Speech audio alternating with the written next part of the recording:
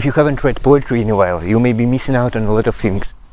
Reading it is a very fun, cool and simple way to explore the world, and I will show you how. It's a very freeing experience, truly very free, simple. Let me show you how this works step by step, how you may start if you're a complete noob at it. For the last 5 years I've been carrying a book of poetry with me almost every day. I will show you some of the best practices of how to read it, where to start.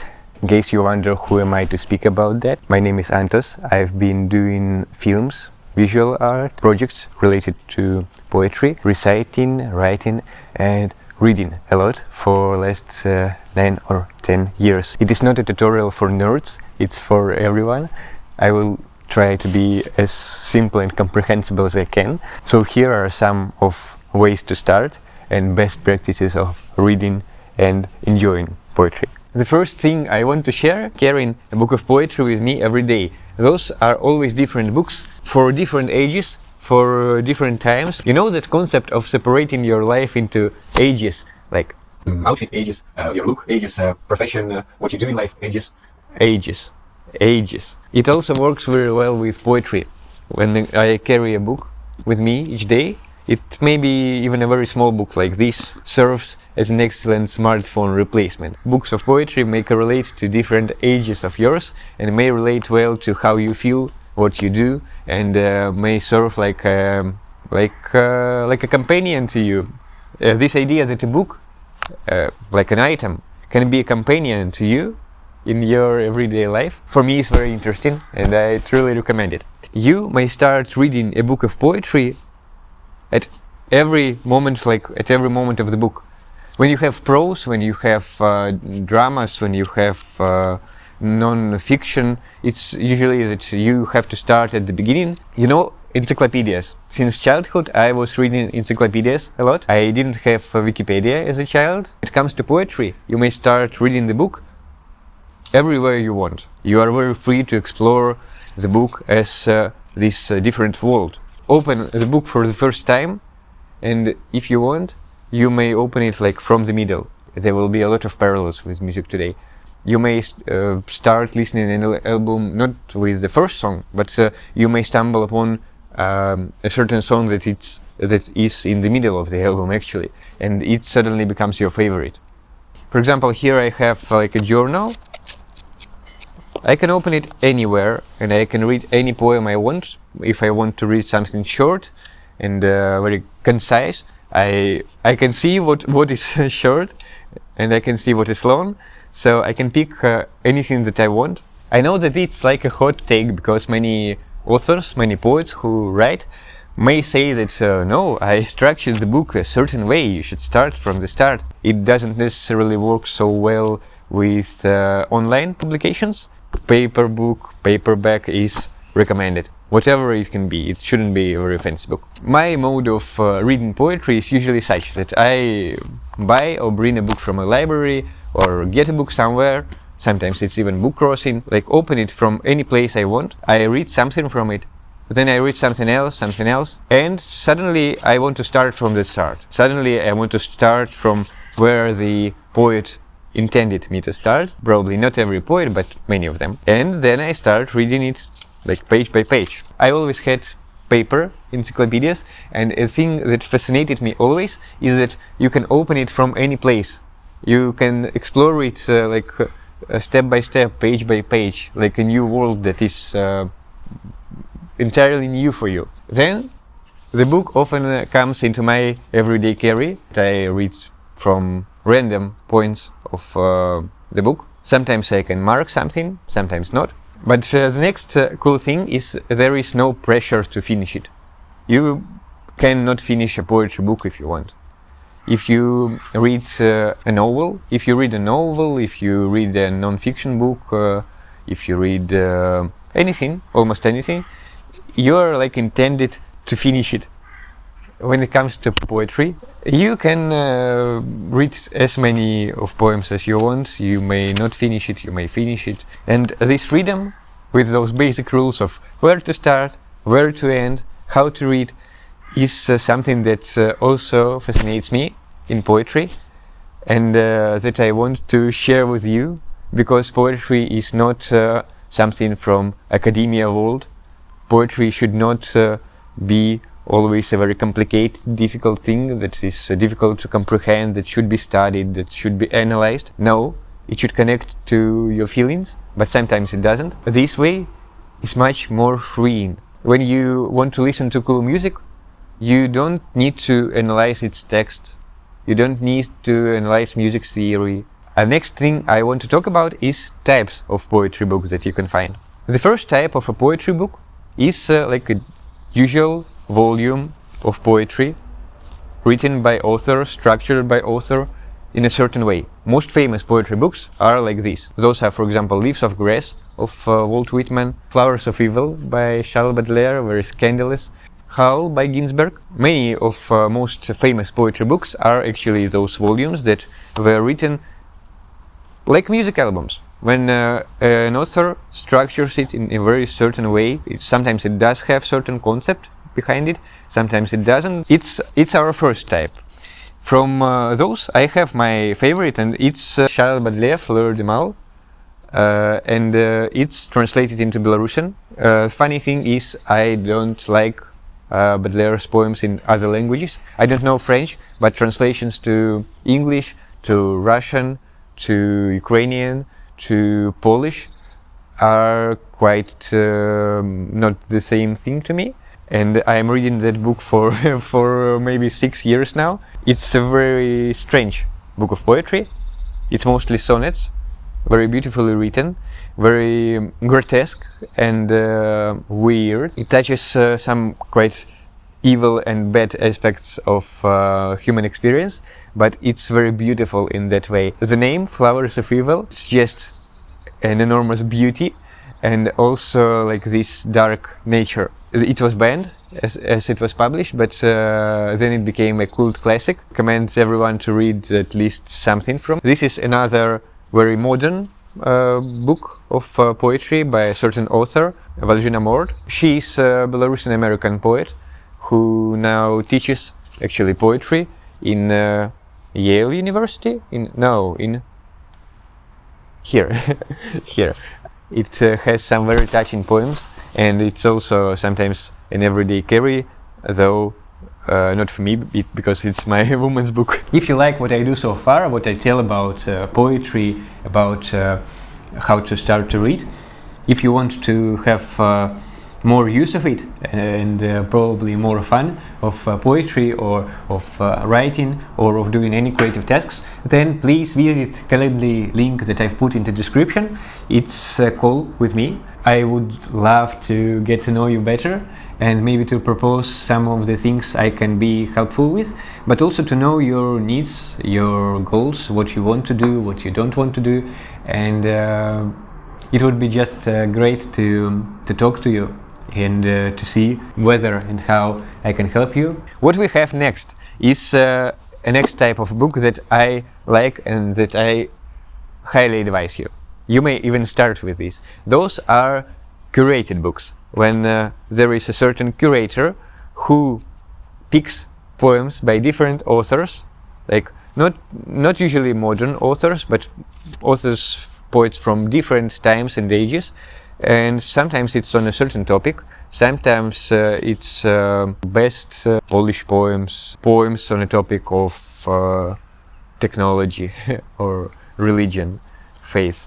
For example, here is on a topic of faith itself, 350 pages of curated poems on a very certain topic by very different authors from the beginning of our era, like from a first century to our modern times, from different continents, and it walks you through how poets look at a certain topic, feel it, how they write it. What's good about it is that it's amazing for exploration of new poets, of new poetry that you like, and it's very good when you try to find what do you like exactly in poems. This volume that was curated, it helps you to find what poetry do you actually like, what poets do you actually like, how do you like to read poetry, what is the thing that can amaze you, what is the thing that can touch you in poetry.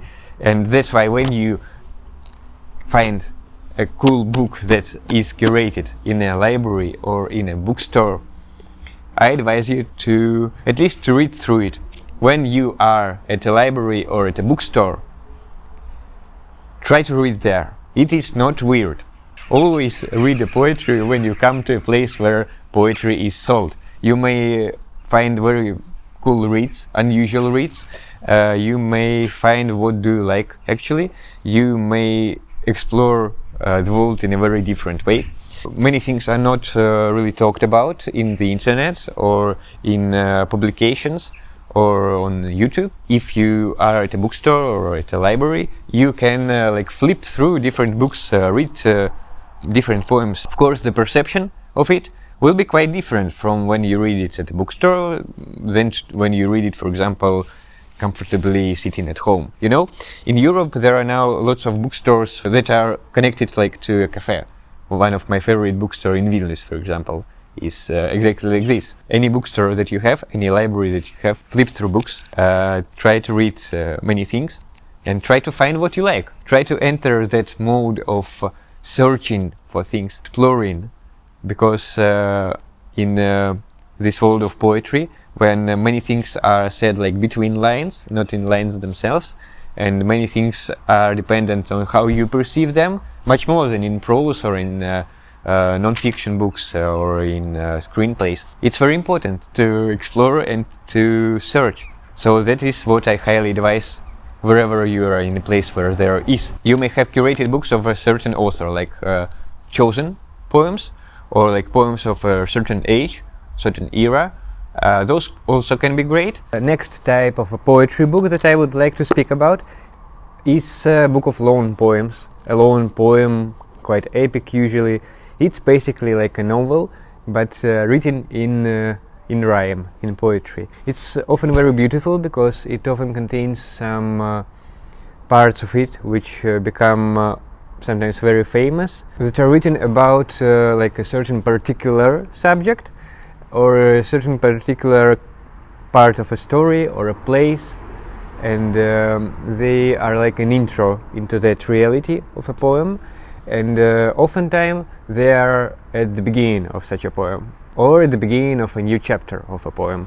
But there are certainly some poems that you should read if you like well-written characters, good storylines, and if you like to read it in a more like easy, playful way. The main thing that is different from a novel, for example, when it comes to a poem like this, very long, a book, when a poem is an entire book, is that it is much more playful in style.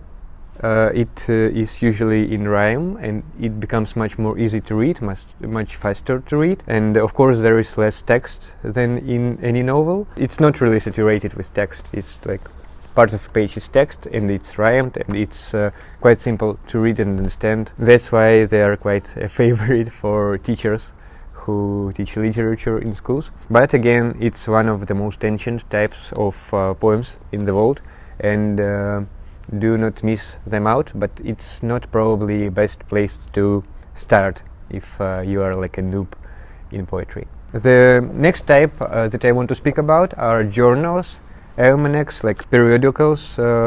Journals are collections of poems, sometimes not only poems that are also curated, that can have a certain topic or a certain geography or a certain style. They are usually modern, of modern authors, modern poets, often not very famous. Here I have Yellow Medicine Review.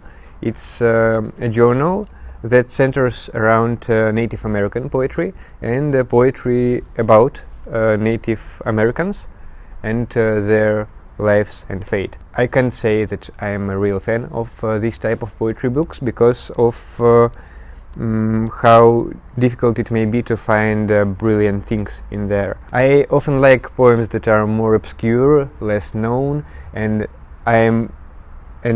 it's a sure fact that for a poem to be good and for it to touch you, it's not necessary for it to be very famous or well known. Often most known, most promoted poems are not as touching as some more personal, more obscure, more unknown poetry from all over the world. So that is a rule of thumb, that you should not stray away from unknown poets, from obscure poets. Don't try to read only those most popular things, especially in modern American or European literature. Modern literature, European, American, Western overall, is oversaturated with this modern style of poetry, which is in many ways like modern art. It is not bad. There are many brilliant poems. I like many of those poems and many of those poets, but I would say that it's quite limiting. Poetry now somehow, through this experimentation, again became less rich than it was before.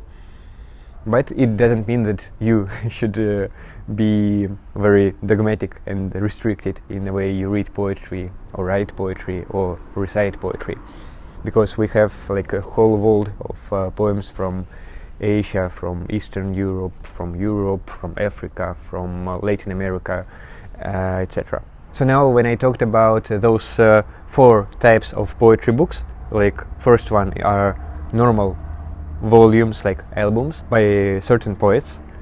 Second are curated books, like guides to different poems about different topics. Third are lone poems, epos, which have a certain story. And the fourth are poetry journals, periodicals or almanacs. 2 most often seen types of poetry now. So again, it's not like a professor's opinion, and many people would disagree with this categorization, but I usually divide poems into 2.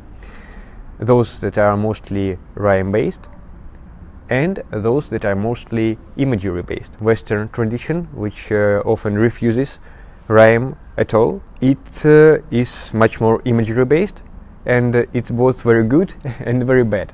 Those rhyme-based poems are usually what we see when we come to those lone poems, or when we come to children's poems, nursery rhymes, when we come to different classic poets of 16th, 17th, 18th century.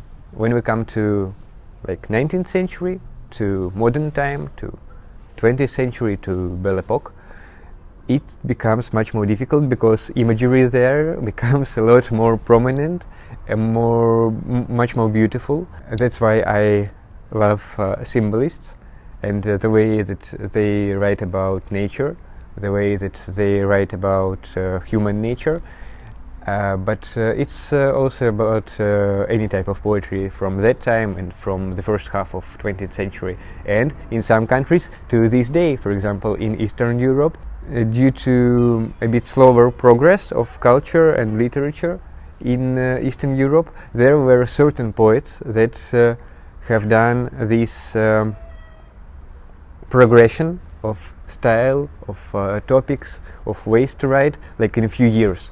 So in the beginning of 20th century, Russian, Ukrainian, Belarusian, probably Lithuanian, in a way Polish as well, had at least 1 or 2 poets who have done this progression of multiple centuries of poems of literature that happened in, for example, Western Europe, like in a few years.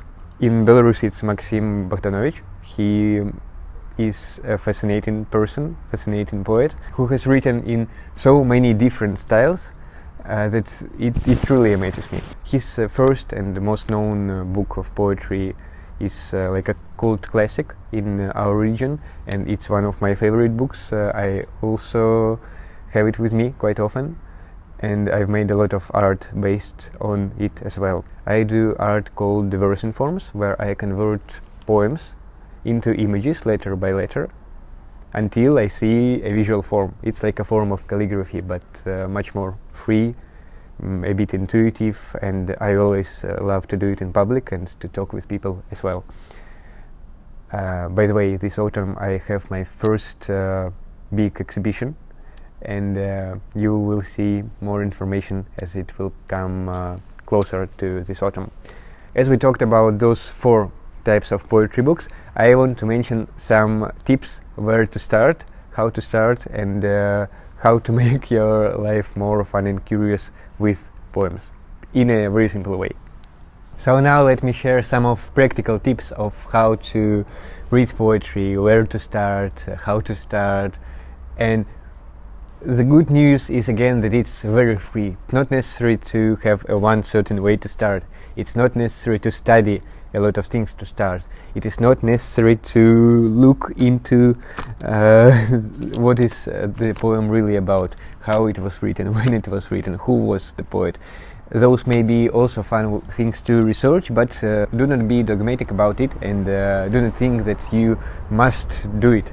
You can, but if you don't want, you can just read poems for vibes. It's a hot take again. Many people maybe will say that it's bad to read anything just for vibes, and people often do dislike things like book talk, when people just read seemingly to read.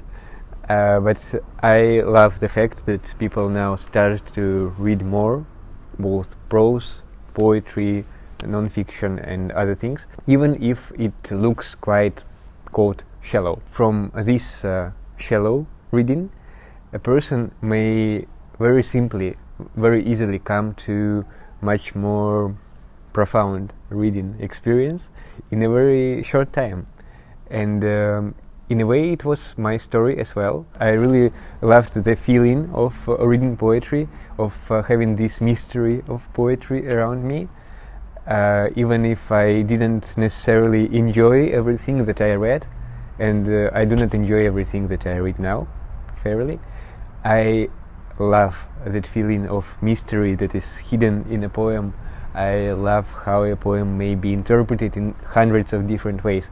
I love how words and letters play in any poem, in very bad poems, in a very good poems, in all types of poetry books that I mentioned before as well. So the next thing is that it's nothing bad in reading poetry just for vibes. It's nothing bad in having a very beautiful book with you just because it's a beautiful book. You still occasionally read it, and you may find something interesting in it, so why not?